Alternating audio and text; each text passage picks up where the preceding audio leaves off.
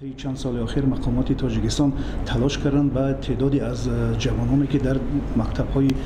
مذهبی کشورهای دیگر به مثل ایران، پاکستان، کشورهای عربی بودند آنها را برگرداند و آوردند. ولی تا جایی که ما می‌دانیم تعدادی از آنها نتوانستند دوباره در اینجا تحصیلشون ادامه دهند و رفتند به کشورهای با دوباره به روسیه و به جایهای دیگر و بعضی از ادامه تحصیل دست کشیدند. اما امروز شما در نشست خبری گفته که حدودی تا 130 نفر در دانشگاه شما به تحصیل خود ادامه داده سالی که خبری خیلی خوب است. برگرداندن آنها با امتیازهای صورت گرفته بود. تمام آنها وقتی برگشتن با مراجعه کردن به وزارت معارف و علم جمهوری تاجیکستان حجت‌های خود را برابر ارزشی می‌کردند، در کوتاه‌ترین مدت این کار را انجام می‌دادند و با دانشگاه و دانشکده‌ها و مؤسسه‌های تعلیمی که مناسب با سطح سوادی آنها باشد سفربر می‌شدند. اما اینکه چرا برمیگردند احتمال دارد که بودند شرایط‌هایی یا که حالت‌هایی که شاید از نظری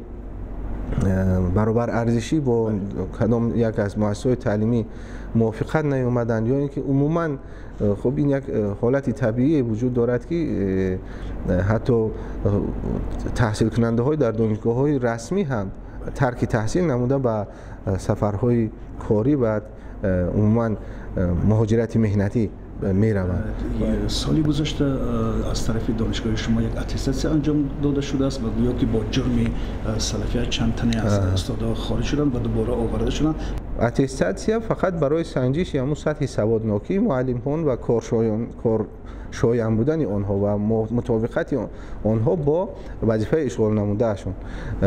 انجام شده بود. در آن وقت تعدادی از آموزگاران به خاطر نداشتن مدرک یا اینکه دیپلمی مورد نظر که از سطح ماجستراتور بلندتر باشد برای تکمیل دادن دانش خود توصیه شدند که نباید، یعنی طبق قانون مقررات وزارت معارف و علم جمهوری تاجیکستان کسی در اینجا حق تدریس کردن، درس دادن را دارد که مدرک بالاتر از سطح ماجستراتور داشته باشد. یعنی مسئله سلفیت در میان مسئله سلفیت در اینجا عموما در میان نبود، فقط سنجش سطح سوادی آنها و میان آمده بود و بعد از اون که تعدادی آنها حتی رفته و تکمیل اختصاص دادن و عموما سطح ماجستراتور را تمام کرده آمدن، با توجه به اینکه آدمانی در این زمینه تجربه دار بودند دوباره به کار گرفته شدند. یک مسئله دیگر این مسئله پوششی شاگردان شما و استاد خانم هایی که در اینجا تدریس می‌کنند برای مبارزه با بیگانه پرستی و حفظ ارزش های ملی در حقیقت لباس های توصیوی را به دانشجویان پیشنهاد نمودیم که در آن الیمنت های ملی جای داده شده است و همه اون لباس هایی که در دانشکده توصیه شدند با عموما با هماهنگی و مشاوره و گرفتن در حقیقت اجازتنامه رسمی یا اینکه موافقت رسمی مرکز اسلامی جمهوری تاجیکستان صورت گرفته بود که کاملا لباس ملی که در دانشکده پیشنهاد شده است و توصیه شده است با معیارهای دینی مطابقت میکند و هیچ گونه مانعیتی ندارد که آن در داخل دانشکده یا در بیرون پوشیده شود. تلاشمان بر این بود که اون لباس‌هایی که با رنگ‌های خاصی بیگانه در